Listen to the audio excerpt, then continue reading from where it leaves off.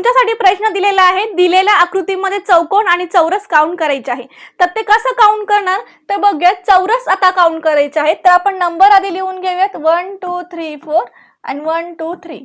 चौरस काउंट करताना कधीही यांचा असा गुणाकार करा. 4 3 12, त्यानंतर 3 दुणे 6 आणि जे उरतील त्यातला मोठा अंक कोण आहे 2, हे मी घेतलं. आता यांचे टोटल करा. 6 आणि हे 2 8, 8 आणि 2 10. ठीक आहे, किती आले 20. सो ऑप्शन नंबर 20 करेक्ट येणार. ठीक आहे. 4.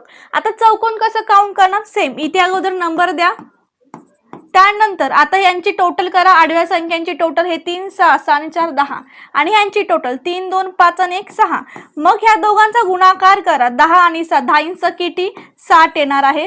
सो ऑप्शन नंबर 1 आपलं करेक्ट आन्सर आहे. तुमच्यासाठी क्वेश्चन दिलेला आहे. आता दिलेल्या आकृतीमध्ये चौरस आणि चौकोन यांची संख्या काउंट करायचं आहे आणि आन्सर तुम्हाला कमेंटमध्ये सांगायचं आहे. शॉर्ट ट्रिक आवडली असेल तर व्हिडिओला लाईक शेअर कमेंट करा आणि फॉलो करा.